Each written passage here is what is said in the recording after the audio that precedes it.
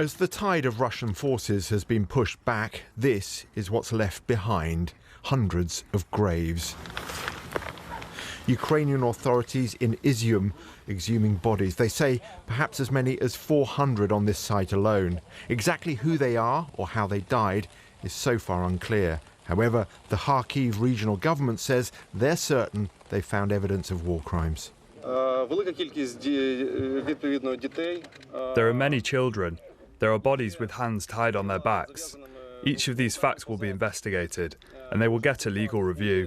Still, all of this can only testify that the world has to acknowledge that this is a genocide of the Ukrainian people. The map of ground retaken by Ukrainian forces over the last week makes startling viewing. Some military experts believe Russia will struggle to adjust to what's just happened. For a Russian priority, they need to reset a defensive line on ground that they can actually defend. And that's critical because Ukraine has the momentum, it has the initiative, and actually it has the operational art that we've seen from this very daring operation in the east that probably has been far more successful than the Ukrainians even thought. But what is clear, and it has been clear since the start of the operation in February, is that Russia just does not have the troops to try and achieve what it wants to militarily in Ukraine. Vladimir Putin was in Uzbekistan yesterday, meeting some of the few world leaders who'll still take his calls. The Chinese president may have greeted his Russian counterpart as "my dear old friend," but this is not a relationship of equals, and China may be having doubts.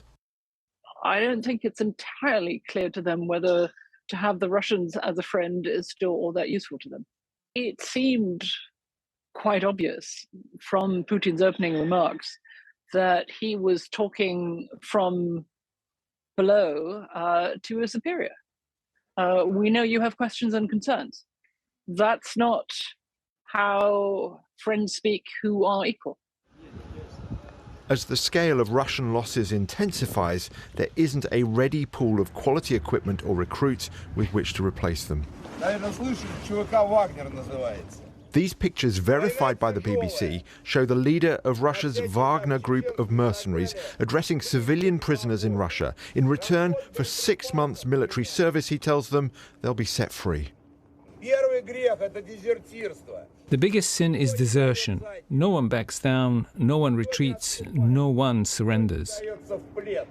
This does not suggest a military with many options, at least not good ones.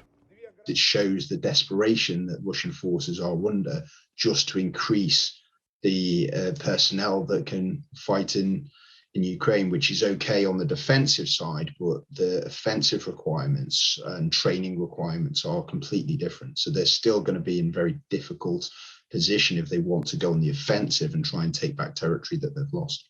Никаких изменений нет.